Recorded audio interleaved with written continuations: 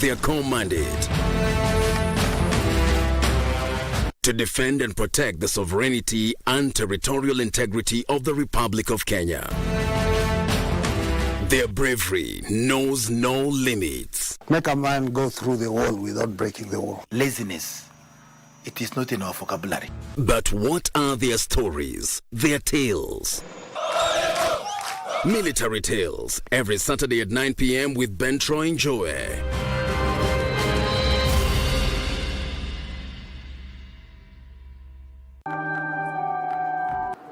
Wait, Abdiaziz, I think someone has broken into my house. Wewe unajua venye umenistua. I'm in trouble. 36 almost. Sio ni 40. Hata si mama huyu ni mshodhe. Utanino. Utaniumizia mtoi. Ati nini? Inafaa nimuvishe vitu, nitafute chuo ya watu wengi, nitafute place ya kuhama. Umelipia deposit ya was it 2.5 million ama nini?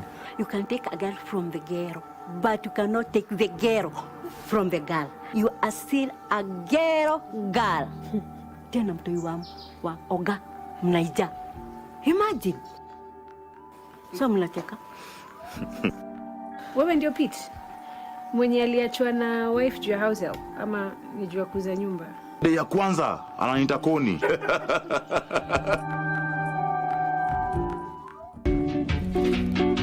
Mwajiri wako ambaye ni bwana Undieki kwa kuota alikuwa na silaha hatari kwa kikule nyumbani, ikiwemo mpaka guruneti na vilipukizi. Tulimshika sababu alitupea false information. Si wewe ulisema wewe ni kuku ya Undieki. Sasa mimi wewe nauliza mimi.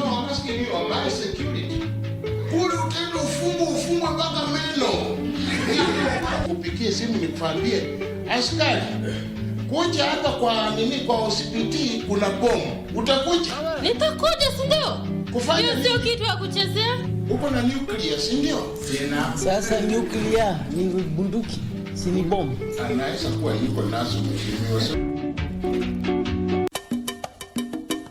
Ai, tunataka kukuja ama nikuje? Lakini sasa sitaki Maria asikie. Nini unataka Maria asikie? What? You and a receptionist? No, babe, it's not how it sounds. We never really Finished what we started. Anything. Go back to your work. Hey, Buda bana. Sio lazima utumie gani. Naweza kupatia namba ya Paul hata yuko hapa kwa nyumbani kwao. Things are getting easier for your entire family.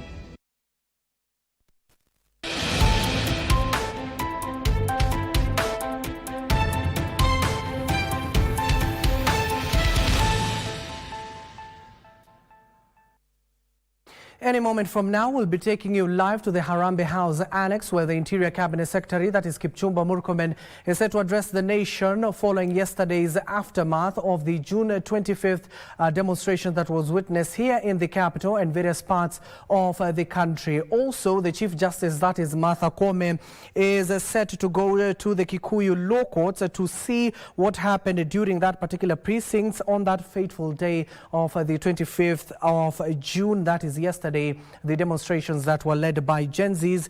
And then finally, any moment also, we'll be taking you to the Hustlers Plaza, where the UDA Secretary General, that is Hassan Omar, is also set to address members of the Fourth Estate regarding events of yesterday. That is what we have for you for the next 1 hour. So stick around. Talk to us on our social media platforms at KBC Channel 1 and at Abdiaziz Hashim 2.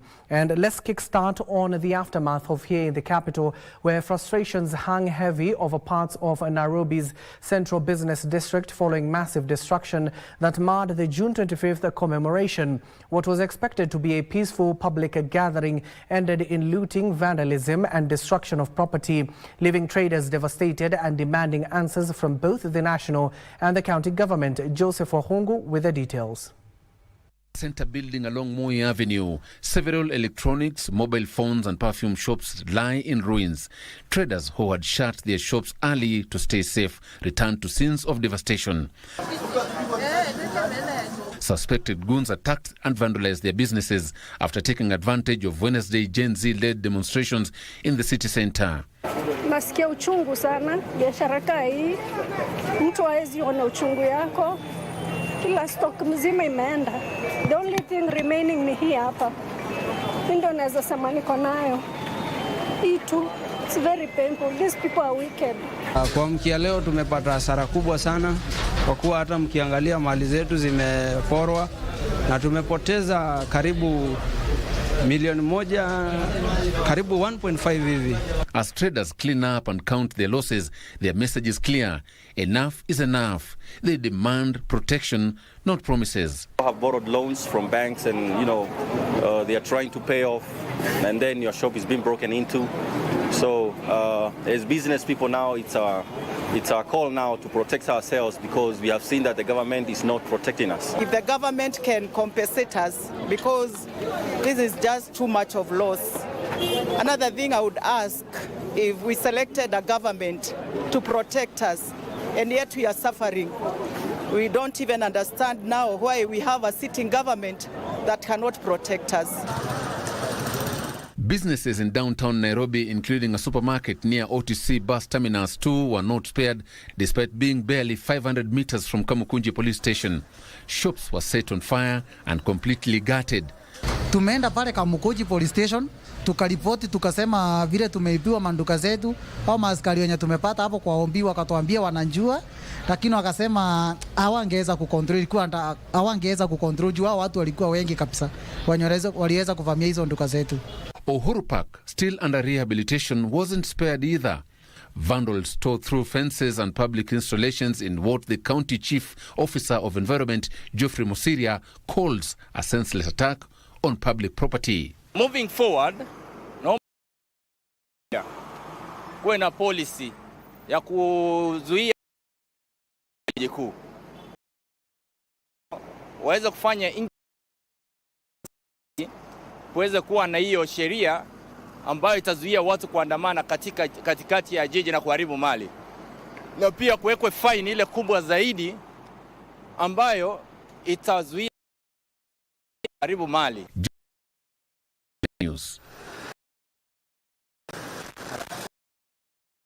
Joining us any moment from now will be of Harambee House Annex to get a status update from the government's point of view, led by the Interior Cabinet Secretary, that is Kipchumba Murkomen, on yesterday's event when it comes to losses and how many people lost their life. Those particular briefs we'll be getting from the Interior CS. To more aftermath stories, where the June 25th protest to commemorate the first anniversary of the anti-finance bill protests in parts of the country left a trail of destruction. In Olkalau town, Nyandarua County, property of unknown value hosting county government offices was destroyed along with equipment. Area leaders have condemned the violence that also saw the destruction of critical records. Dwindling flames and ashes tell a story of the trail of destruction during the Wednesday protests. 26 vehicles, 18 motorcycles, along with newly purchased music equipment meant for youth groups belonging to the county government of Nyandarua, is reported to have been burned at the Olkalau sub-county offices. Several key offices, including the Weights and Measures Office, Public Health Office, County Library and Social Services Office, were also damaged. The national government suffered extensive losses as well. Assessing the damage, Michael Ololtua, the Deputy County Commissioner for Nyandarua Central, condemned the violence and described the damage as a deliberate attack on public service infrastructure. Na tumeweza kutembea kwa kujaribu kuangalia, kujionea yale ambayo yalitendeka jana, kwa sababu hatungeweza kuona jana usiku kwenye giza. Yale yaliyotokea ilionyesha kwamba haikuwa demonstration ya amani. Ilikuwa ni kama terrorism. Also destroyed was Olkalau Police Station's reports office and exhibit store was torched, along with the Deputy County Commissioner's office, Assistant County Commissioner's office, and 9 Government of Kenya vehicles that were parked outside.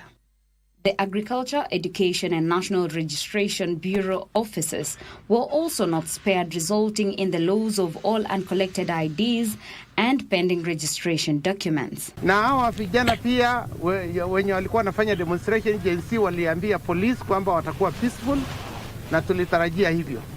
Lakini ilionekana kwamba kuna vikundi ya watu ambaye hatujaelewa, lakini sisi kama idara ya security tunasema tutaanza uchunguzi, imeanza, na tutafuata hadi tupate wale watu ambayo wako na nia nyingine ambayo sio peaceful demonstration. Nyandarua Governor Dr. Moses Kiarie has warned of the long-term impact the destruction will have on public service delivery. Kwa hivyo tunaomba uchunguzi ufanywe. Nyandarua tumerudishwa nyuma zaidi ya kama miaka 10. Magari 26, maofisi, masto. Tumesema pole sana kwa yule mwananchi ambaye aliaga dunia. Hatukutarajia hiyo na tunakodemu hiyo kifo, lakini mbali na hiyo, tukiona ile hasara imefanyika hapa, inapita hasara ambayo sisi tunaweza kufikiria. Security forces have since been deployed to restore calm in Olkalau. For Lunchtime News, I am Teresa Mutai. From Nyandarua to Kikuyu, where residents of the sub-county will now face an indefinite delay in accessing government services after angry demonstrators razed down all public offices during yesterday's protests. The Kikuyu facilities destroyed, leaving critical legal limbo. Court officials have urged the public to remain into outlets. Meanwhile, legal practitioners warn that the destruction has dealt a major blow to the justice system. Backup available for the files lost in the fire, most of which were related to criminal cases. I can tell you for a fact that a lot of droids, the entire was back. Office of the DCCs, procurement offices there. We had the there's nothing left. It is unfortunate ya kwamba hatuna computer wala file wala anything. Kio la busha wengi kuona kwamba tumeenda hasara. Pia tumeona kituo kwa kikitulinda ili to feel criminal cases, which is a great miscarriage of justice to those advancing their cases for quite some time, over several years. Any moment, the Chief Justice, that is Martha Koome, is expected to, of course, tour that particular Kikuyu law courts to assess the damage that has been caused during yesterday's demonstration. Our reporter Aden Ibrahim is already on the ground as and when the Chief Justice arrives, and the Kikuyu law courts will be taking you there live. Also, in other news, 2 suspected cattle thieves have been burnt to death at the Korinda area, Busia County, after being found with the 2 cows suspected to have been stolen in Busibwa village, Matoya's constituency. Irate locals questioned the 2 suspects on where they obtained the cows before the crowd descended on them, leading to their death. One of the victims whose cows were stolen has since identified the cow as the bodies of the suspected cattle thieves were moved to Busia Referral Hospital morgue.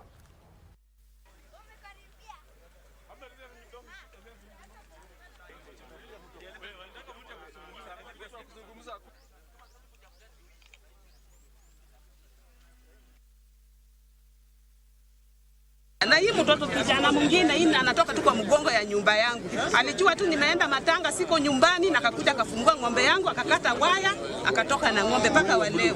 Tujitoe tufanye kazi, hata kama ni mjengo tufanye kazi. Tujitume, tusitegemee ile kitu ya kwenda kufungua kitu ya mtu.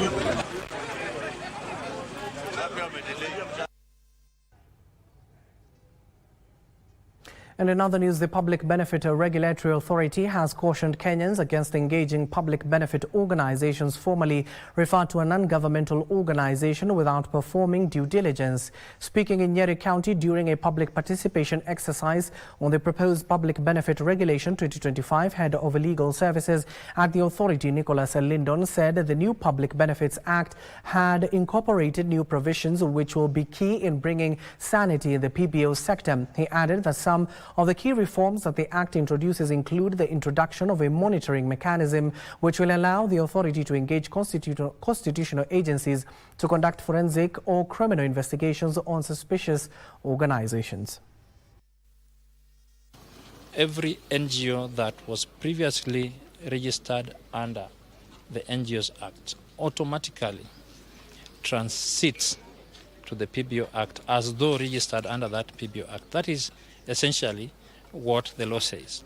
We have had instances of a lot of rogue NGOs that are currently conning, for lack of a better word, the people in the sector. We are enhancing monitoring. We are also, through this PBO Act, we have provisions that allow us to carry out investigations.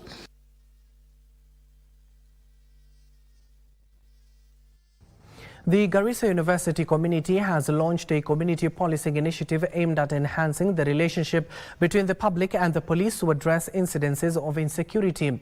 The initiative, dubbed Usalama ni Uaminifu, further aims to foster collaboration, trust and shared responsibilities towards boosting campus security as well as community resilience. The initiative was launched at the university after a short visit to the memorial site of the 2015 terrorist attack in which 148 people lost their lives.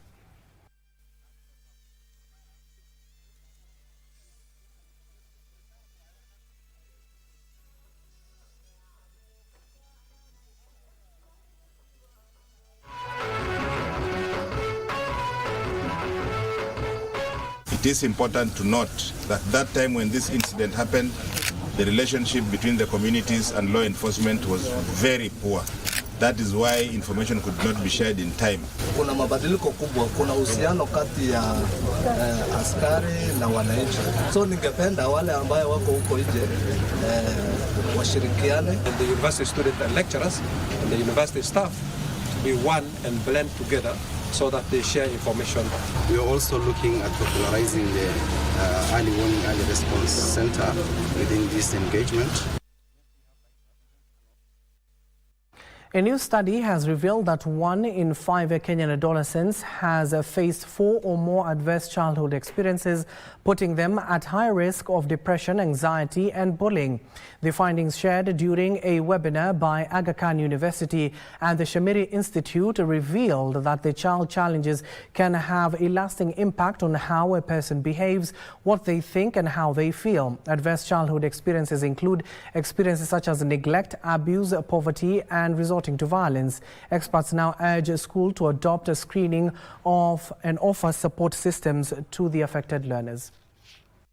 If half of our population is in that space, we need to really understand how can we make their environment safe and secure and so that they thrive in the communities. Sadly, globally, this has been generally a super understudied field. I think only in the last 2 decades are we beginning to start to look at how adverse childhood experiences inform a lot of experiences we're having as adults.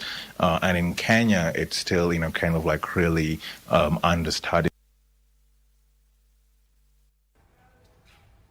The contractor of the Kisii Cancer Center project could be blacklisted for alleged contravention of agreement terms on its construction project. In Kericho County, immunization is set to begin for children aged between 9 and 14 years against measles, rubella, typhoid and bilharzia. Cases are also on the rise in Migori County. This and other stories is in our Health News Roundup. A Deputy Chief of Staff for Delivery and Government, Eliud Owalo, has threatened to recommend the blacklisting of a contractor implementing the Kisii Cancer Center project for alleged contravention of the agreement terms. He has also accused the contractor of frustrating government budget absorption efforts from the 4 billion shillings project and filing uncertified payment claims outside the agreed timelines. As we speak, we have already eaten into 50%, over 50% of the project timeline. Yet the project progress rate is at 6%. That discrepancy. Whatever you do, it doesn't need rocket science for you to realize that we will not be able to complete this project within the stipulated timelines. Also in Kericho County, the Department of Health is set for the immunization of children aged between 9 months and 14 years against measles, rubella, and typhoid, targeting 95% of the county population. The immunization exercise will run from 4th to 14th July 2025. The public facilities, schools, churches, and markets across the county will be incorporated in the schedule. And for being immunized, they will get so that to be known that at least to disease. Makworo, the Migori County Coordinator for Neglected Tropical Diseases, the rapid spread of bilharzia is largely attributed to human activities around contaminated water sources, particularly open defecation. Vile serikali yetu imetuletea madawa, kama kungekuwa na nafasi tungepata tu tena wawe tufanye kama iwe kama kusensitize watu kwa vijiji.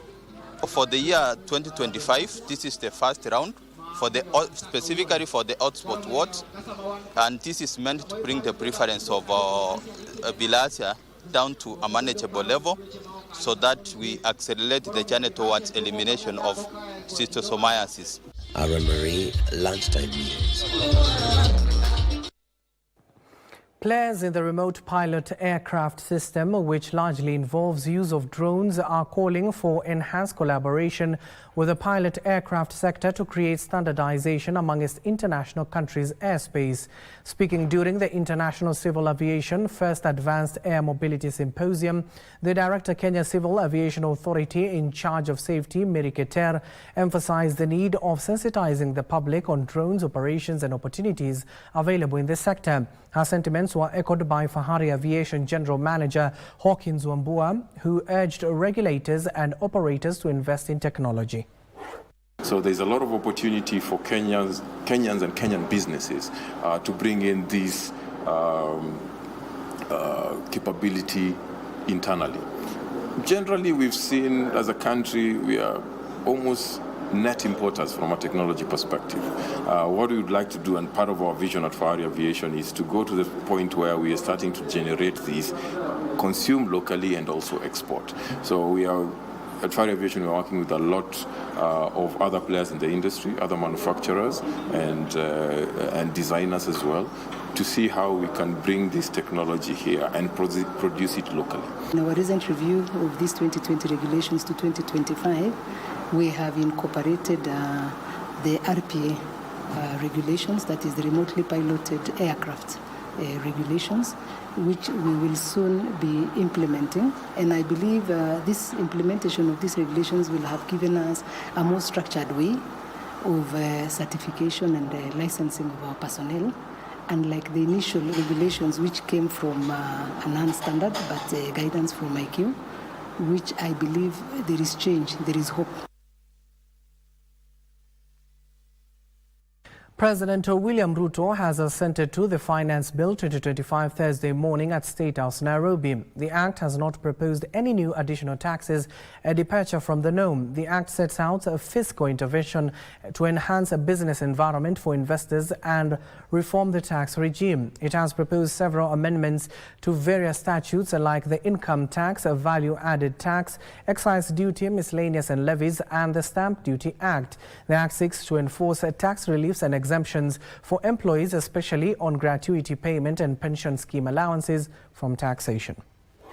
The new legislation is the amendment to the Income Tax Act, requiring all employers to automatically apply all applicable tax reliefs, deductions and exemptions for their employees.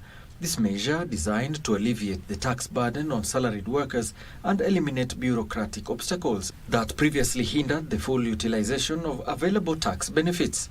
Among the seminal legislative proposals carried in the bill include the prioritization of the Kenyan worker within the fiscal framework through proposed amendments to the Income Tax Act, mandating the automatic application of employee tax reliefs and exemptions.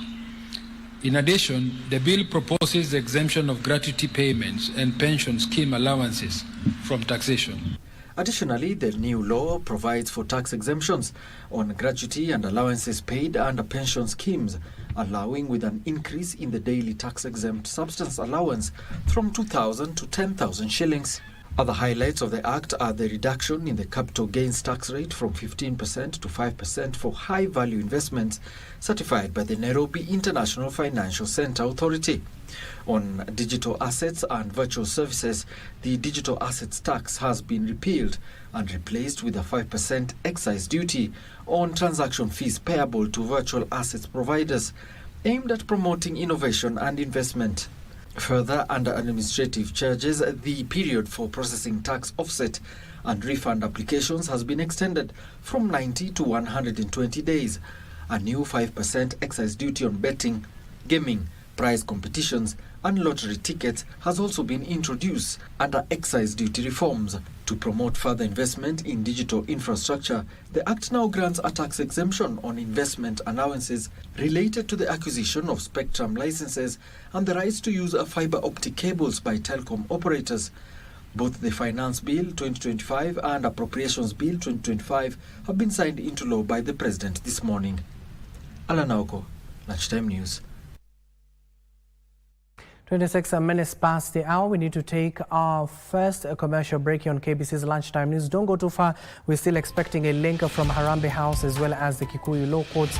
Chief Justice Martha Koome is expected there to view the scenes following the demonstration that was witnessed yesterday across the country. So do not go too far.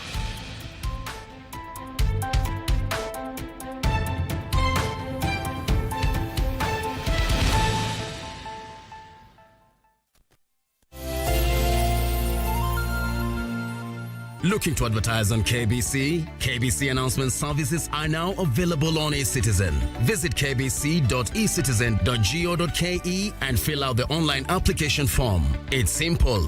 1. Complete the form. 2. Upload required documents. 3. Receive a quotation based on word count. And 4. Get notified via SMS when your announcement is ready. Please note, clearly indicate the type of announcement, service station, and all relevant details. 2. All applications must be made online only. Manual submissions will not be accepted. And 3. Announcements will air after news bulletins. For assistance, reach us on email ecitizen@kbc.co.ke or use our social media handles, Facebook, your Facebook account, and X at your X account. 723-892-654 or 0734-780-124. KBC announcements. Simple, fast, and digital. Chanya. Bidii wanazotia. Asante sana, siku zote mwana vile imetandikwa. Sijiulize mbona tuko wengi jela na wengi wetu si kupenda ni kukosa, otherwise inapaswa sheria zinazohusu uharibifu wa misitu, uchafuzi wa maji, hewa na ardhi. Kila mwananchi anachangia katika uharibifu wa mazingira kama tunavyoona mitaani kwetu. Kwa mfano, kataji wa miti ovyo ovyo na hivi kusababisha mabadiliko ya tabia nchi. Zingatia silabi ama kitenzi cha silabi moja. Kuandika sentensi hii katika hali ya kutendewa. Wanafunzi, njooni. Nasemaje? Wanafunzi walijiwa. Hili ni aina ya shairi ambapo kuna mshororo mmoja huwa mfupi kuliko mishororo mingine katika ubeti. Agalabu unakuwa ni mshororo. Agalabu huwa mshororo wa mwisho ambao ni kibwagizo ama uwe mshororo wa kwanza.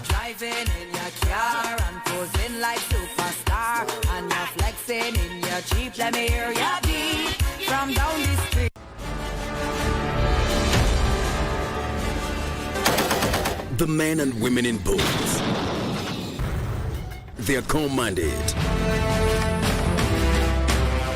to defend and protect the sovereignty and territorial integrity of the Republic of Kenya. Their bravery knows no limits. Make a man go through the wall without breaking the wall. Laziness, it is not in our vocabulary. But what are their stories, their tales? Military Tales, every Saturday at 9 p.m. with Ben Troy and Joey.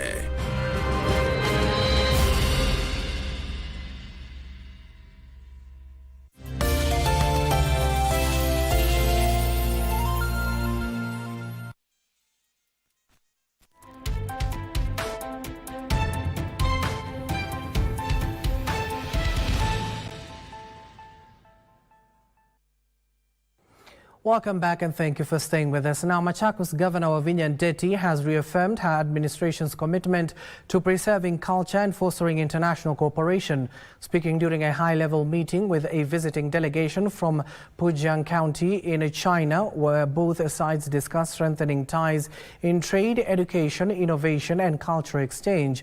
Governor Ndeti said the talks are part of a broader effort by Machakos County government to open up new opportunities for local communities through global partnerships.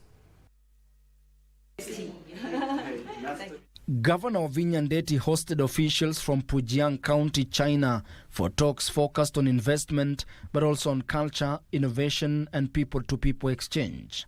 We can be able to get you land in those other areas, but at the city we have land where we can do light industry, hotel. There are many opportunities here for you to invest. And what we just need to do is to just have a proper vehicle for you. The visit included a tour of key projects and an exchange of ideas in areas such as tourism, health, ICT and heritage conservation. Machakos officials say preserving local identity while learning from global partners is now a priority. But the opportunities are not just for the industries only. We are within the new city, we have opportunities in health, in medical, in tourism, in innovation and technology, which now is a driver of the conversation. The two sides are also exploring youth exchange programs, joint cultural festivals, and investment in creative industries. We'll want a collaboration with them and our tourism and culture department to find out how can we learn about their cultures, how can we learn how to preserve our cultures. 10,000 years of culture is not easy.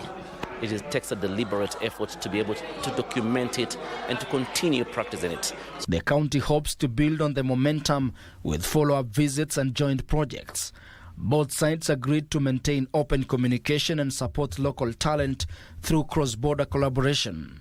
I'd like to welcome all of you to witness our signing between our company and a Kenyan company regarding the import and export of agricultural products from Kenya, namely coffee and other products. Kenyan coffee is very famous in China. Our customers are very much drawn to it. We need such outfits, such events to expose what we have in the Kenyan industry versus what the China through Punjab has in their outfit. So we look forward to having more of this, not just in Nairobi, we extend it to Kisumu so that we can open up. The Machakos-Pujiang partnership adds to a growing cooperation between Kenya and China at the county level, with emphasis now shifting to culture, innovation and youth empowerment. Ben Chumba, Lunchtime News.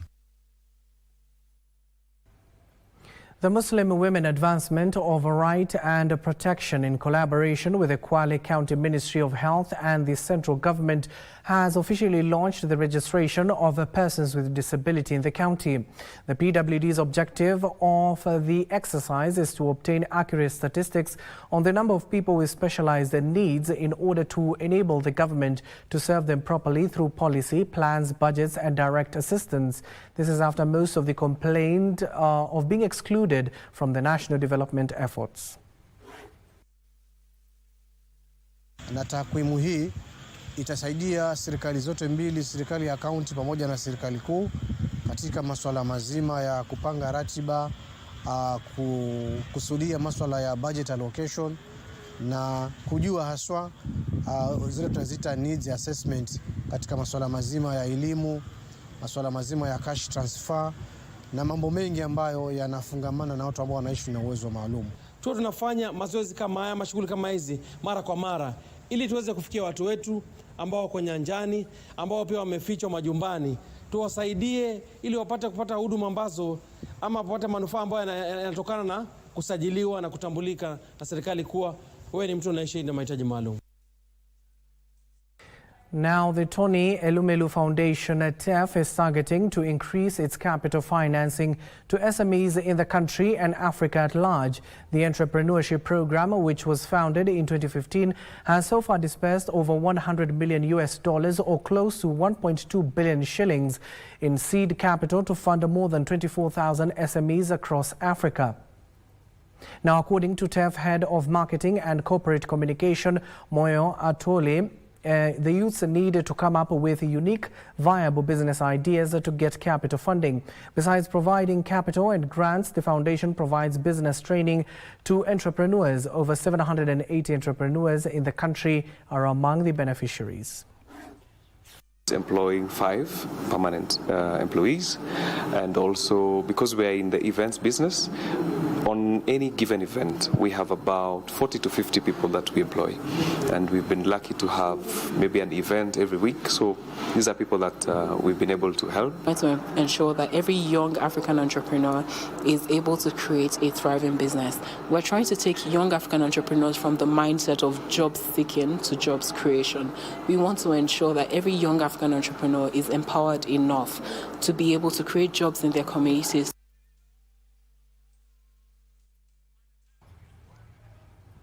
Machakos County Government has officially rehabilitated the Masai borehole in Kyumvi, Mavoko sub-county, a significant step towards improving access to clean water. The project, spearheaded by Governor Wavinya Ndeti through the Department of Water, marks a milestone in restoring the critical infrastructure that had remained dormant for years due to unpaid water bills. The bills have now been fully settled by the county administration.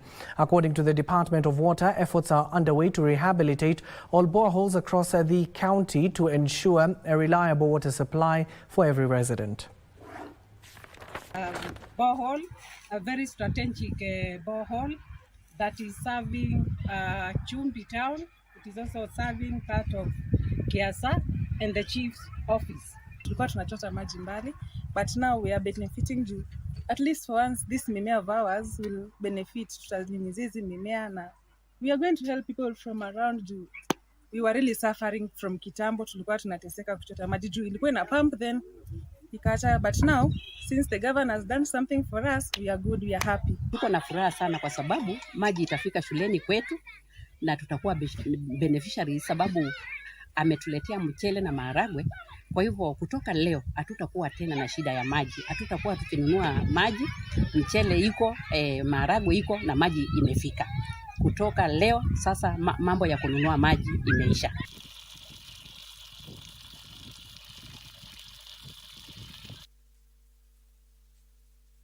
Now to another developing story here, where Kenya is pursuing certification for low carbon tea production.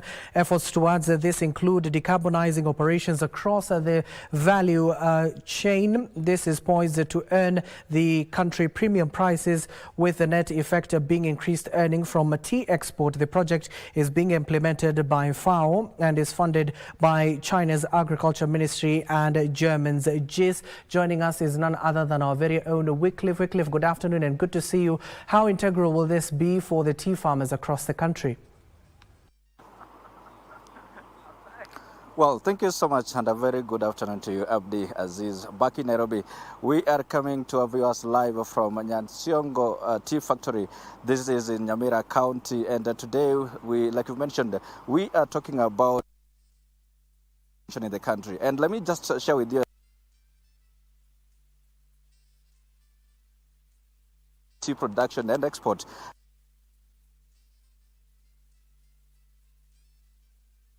India. tea exporter is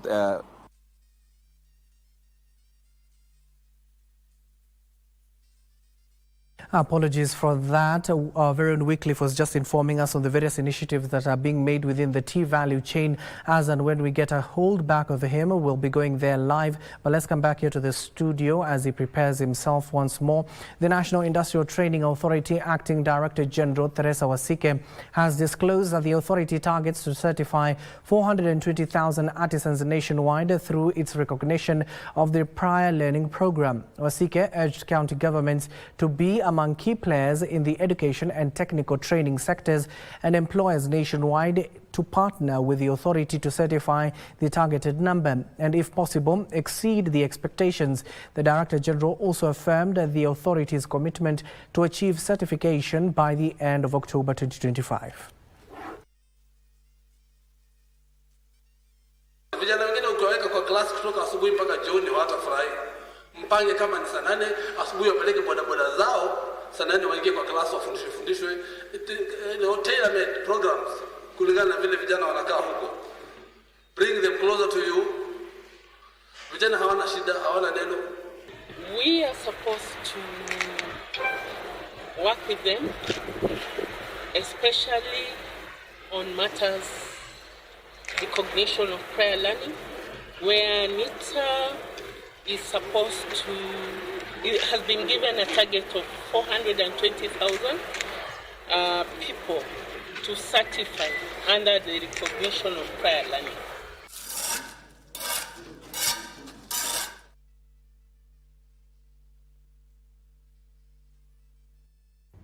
The government has rolled out a new national land value index aimed at streamlining land ownership processes and ensuring fair compensation.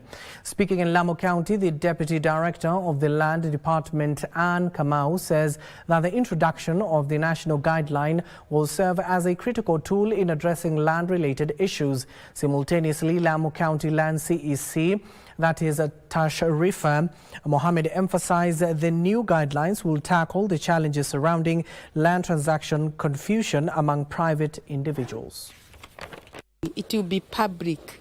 Na ikishakuwa public, wananchi wataweza kuiona na wataweza kujua ya kwamba hapa tunadanganywa, hapa hatudanganywi, dhamana inafaa ikuwe hivi ama kiasi ile wanafaa walipe. Unajua kuna kodi tofauti tofauti zinalipwa. Sasa waweza kujua kodi tofauti ni hii ama ni lile. Itatusaidia kama sisi watu wa county ili kuweza kuvalue our land, na pia itatuweza kutuguide katika valuation role yetu ambao tumeweza kuifanya last year, na pia itatuguide kwa mambo mengi ambapo pia mtu akitaka kuuza shamba inaweza kumsaidia ama kumguide ili asiweze undervalue shamba yake.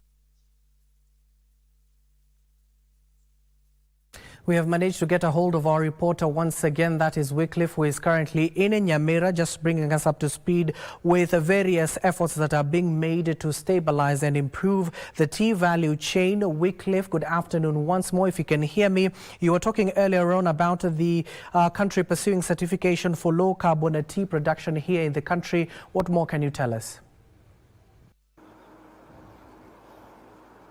Well, thank you so much, Abdi. Sorry for that technical hitch. And earlier on, I was telling you about where Kenya stands in terms of tea production in the global space. Kenya is the third producer of tea after China and India. And of course, through that, it is the leading exporter of tea. And from that export, Kenya is earning around 15 billion annually just through tea export. But then it is seeking to escalate that amount in the next between 5 to 10 years. It is seeking to double that amount. And all the way through that, for Kenya to achieve that, what do we need? Where are we? And that is the basis that I'm going to engage the FAO, that is the Food and Agriculture Organization Assistant Representative for Kenya, Mr.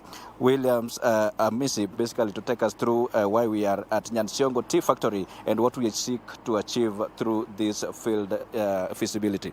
This is KBC Channel 1, our lunchtime news. Maybe you may want to speak to our viewers, tell us why we are here at Nyansiongo and exactly what Kenya needs to achieve low carbon certification so that it can escalate its earnings from the current amount.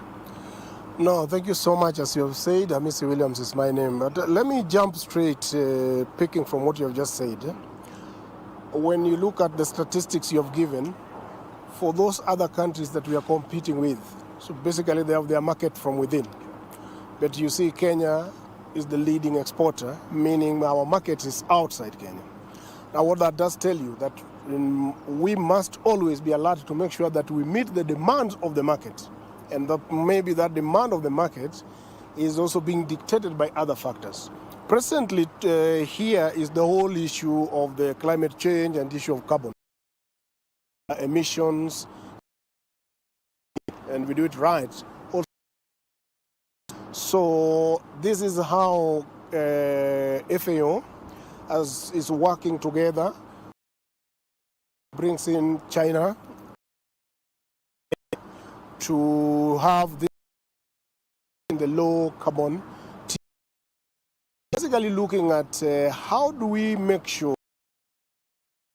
tea production, processing, consumption, how do we reduce, not eliminate the issues of the carbon. And this goes on the way of our practices at the farm level.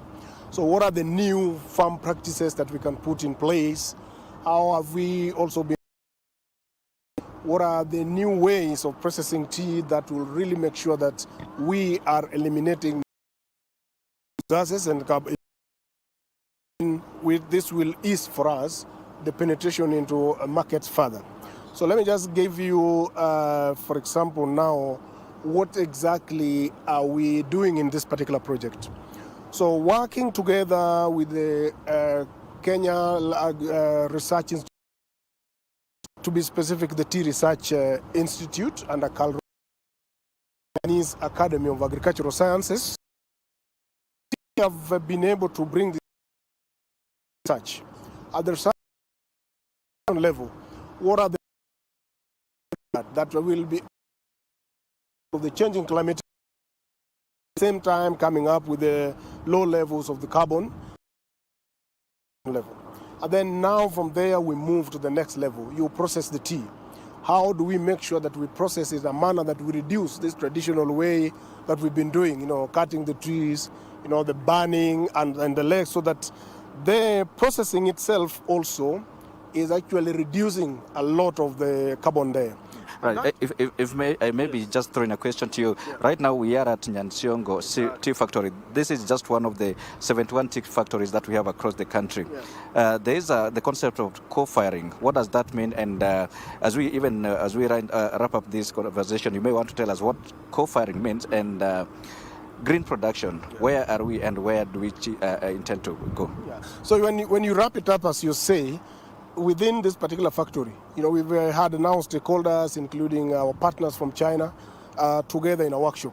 So we came now into the field because these are part of the factories under KTDA that are going to benefit on the technologies that are coming, including the co-firing that you're talking about, so that we make sure that the way we ease off on the burning of the trees that we've been doing, so that this is a reduction, especially on the carbon emission. One thing I have to tell you very quickly is that of the 650,000 smallholder farmers that we're working with, the idea here is that at the end of the day, working with other stakeholders, the Green Alliance, the Fair Trade, we want to make sure we reach a level where they are marked, so that their tea is marked low carbon tea. That means more penetration into the market. And I think that is very critical, and that is where we are targeting. Thank you so much, Mr. Hamisi. Abdi, that is Mr. Hamisi Williams, the Assistant Representative for Food and Agriculture Organization in Kenya, talking to us about this entire journey that Kenya is walking as it seeks the certification for low carbon tea. And right now we are at Nyansiongo Tea Factory. This is just a continuation of the field feasibility research to ensure that by the time Kenya is getting that certificate, all the factories, the 71 of them across the country, embrace green production. Well, this is just a snippet of what we are covering this moment, but many of it, much regarding this particular project, will come to our viewers later on. For now, it's back to you in studio, Abdi. Well, thank you so much. That is our very own Wycliffe in Nyamira just informing us on the steps that the government as well as other key stakeholders, including donors, are playing in improving the tea sector here in the country. He'll duly inform us in our subsequent bulletin. Let's come back here to the studio with more stories where the government says that the economy is losing 3 billion shillings every day due to countrywide violent protests. Micro, Small and Medium Enterprise Development Principal Secretary Susan Mangeni says that the government is considering possible collaboration with insurance companies to cushion private sector players from losses due to violent protests.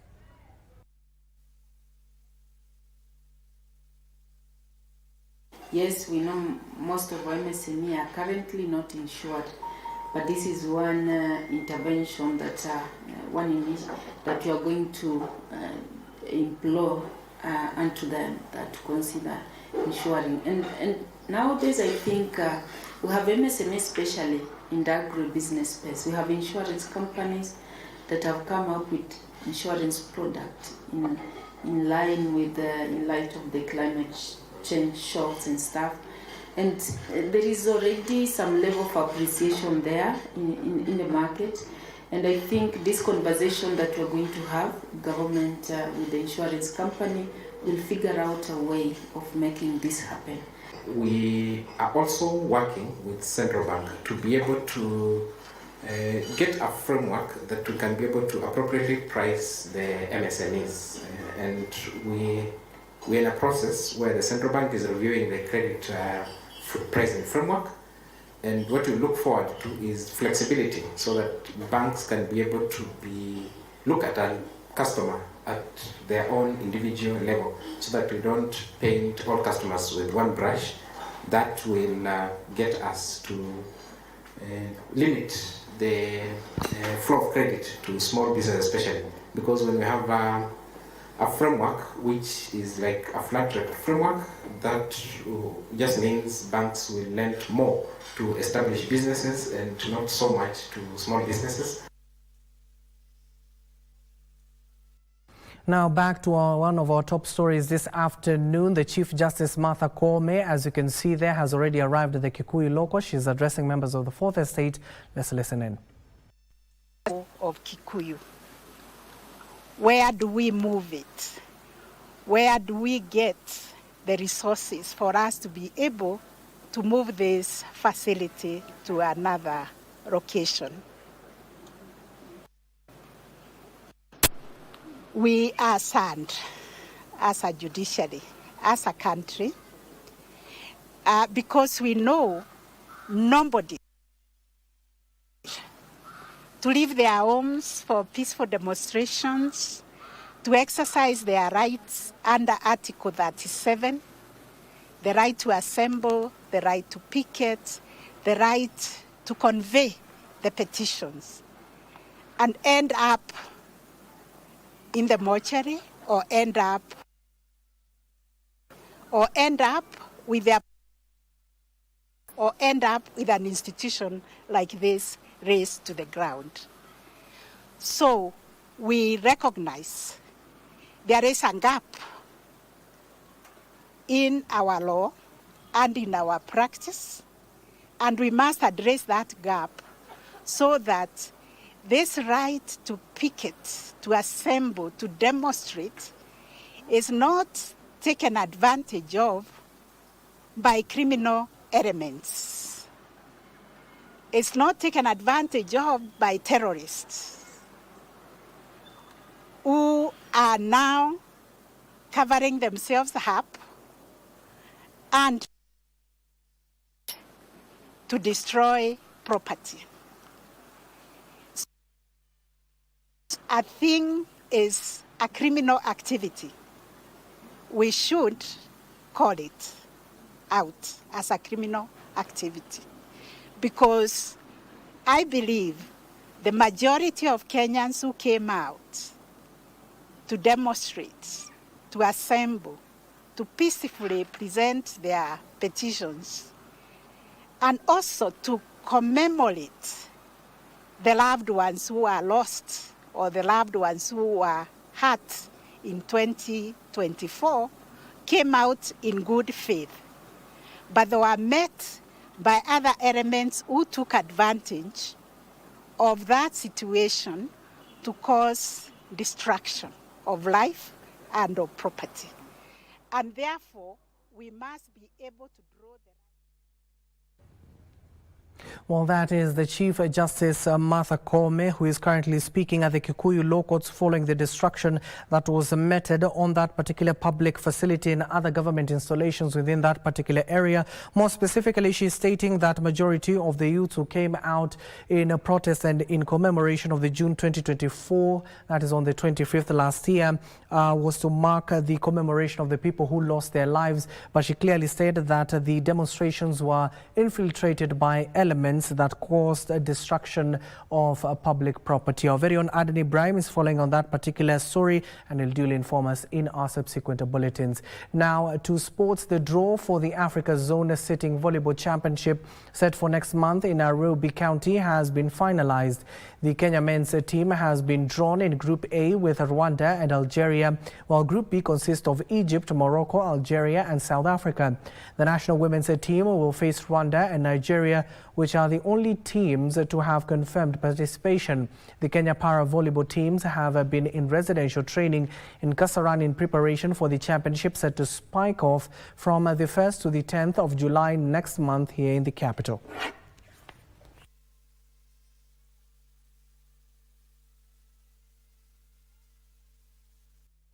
To America, where Inter Milan beat River Plate 2-0 to go through to the last 16 in the ongoing FIFA Club World Cup at Lumen Field to finish top of Group E on 7 points. They will play Brazilian club Fluminense in the last 16 on Monday. Montenegro, who finished second in Group, beat Urawa Red Diamonds 4-0 to progress to the knockout stage, where they will meet Borussia Dortmund on Wednesday. Borussia Dortmund edged out Ulsan HD 1-0 at the Hard Rock Stadium to qualify for the last 16 as Group F winners, with Mamelodi Sundowns were held to a goalless draw by Fluminense to crash out for the tournament.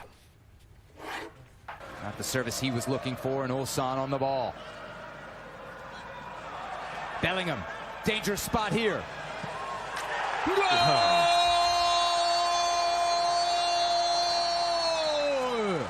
A mistake at the back. Dortmund take advantage. More to expect in our subsequent bulletins, including that particular briefing that is set to happen at Harambee House by Interior Cabinet Secretary, that is Kipchumba Murkomen. Also the Chief Justice, as well as the UDA Secretary General Hassan Omar, who also set to address members of the Fourth Estate this afternoon. You can always find more on our webpage at www.kbc.co.ke. My name is Abdiaziz Hashim. The sign language interpreter at the bottom end of the screen is Lucy Mora. Good afternoon for now.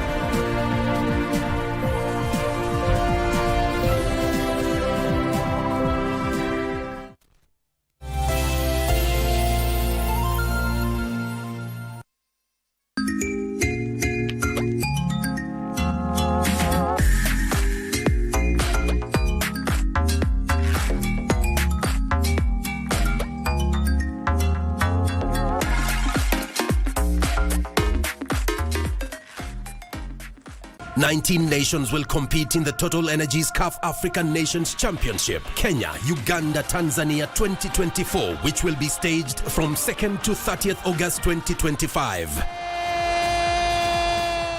Amongst the 4 groups in the tournament A to D, Kenya is pooled in Group A, together with Morocco, Angola, DR Congo and Zambia.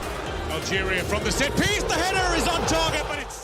This unique competition, featuring the best locally based players from across the continent, definitely has something for everyone.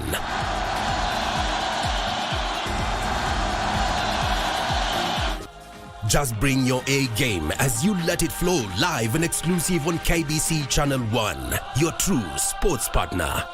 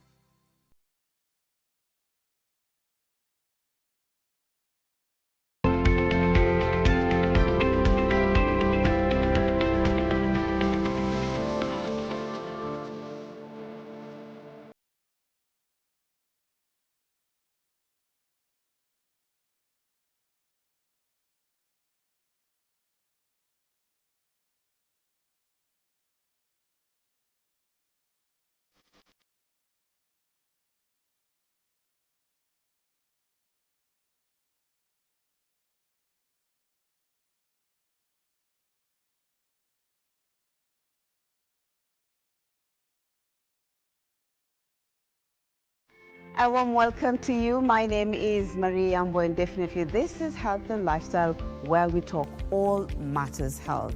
Now, to interact with us, our social media platforms at KBC Channel 1 on X and KBC Channel 1 TV on Facebook is where you can interact with us. Now, for over 1,000 people in Kenya, a simple injury can turn into a medical emergency. Hemophilia is a rare inherited bleeding disorder that is often misunderstood and misdiagnosed. Today we speak to one of the people affected, including a medical expert who will explain what causes it. But before that, a look at what's coming up. I was referred to Kenyatta National Hospital. That's where I was diagnosed to be a hemophilic patient. One cut, endless bleeding. A woman has got 2 X chromosomes. So there is the defective X chromosome, which is the one that now transfers the genes that cause hemophilia to the next generation. Passed down through generations. With hemophilia, prevention is power. More in the Good Practice segments. And to our first segment. Charles was just a newborn when he was diagnosed with a bleeding disorder. What was meant to be a routine circumcision turned into a medical emergency because the bleeding wouldn't stop. Charles shares his journey with hemophilia. A few months after his birth, Charles Njogu's parents began to notice something was wrong. Bruises appeared from the gentlest bumps, and minor cuts would bleed unusually long. 6 months after the birth, that's when I started to have bruises under the armpit. The knees started swelling. If I pray, if I fight with other boys, I have to swear to have bruises everywhere. It wasn't long before they got the diagnosis. We started the journey at Murang'a Hospital. But at Murang'a, they did not know what's happening to me. I was referred to Kenyatta National Hospital. That's where I was diagnosed to be a hemophilic patient. Hemophilia is a rare bleeding disorder in which blood does not clot properly. Growing up was anything but normal. Teachers knew never to cane him, and he was shielded from physical activities. So I had to be told, you are not supposed to play, you are not supposed to do this, so that you don't get injured, and not to be in the wrong side of teachers, because I will be beaten, and the next day I cannot go to school. If you pinch me, the following day you will find I have bruises. But the real test came during a crucial cultural milestone, circumcision, a rite of passage from boyhood to manhood. That was the worst, because I knew very well I'm hemophilic, but we tried to seek information from medics. They advised us that mine will not go as the other boys who were being circumcised in the morning and went home at the same time. Me, I was circumcised around 5 a.m. So I had to be observed from 5 to 10. That's where the doc said, he is not bleeding. He's okay, he can go home. Everything was well until I slept. Around midnight, 1 to 2 there. That's where I woke up. I find myself very wet. I thought I was in dreamland, the dream that always will be fulfilled. But nikatoka nikaenda kuangalia, only to find out that it's blood. My bed sheet were blood. I was rushed to Moranga Hospital, where they tried to infuse me with blood, whole blood, fresh from, which was also dangerous to me. But because there was no factor, no cryoprecipitate, it's only the whole blood that I can be infused. This small facility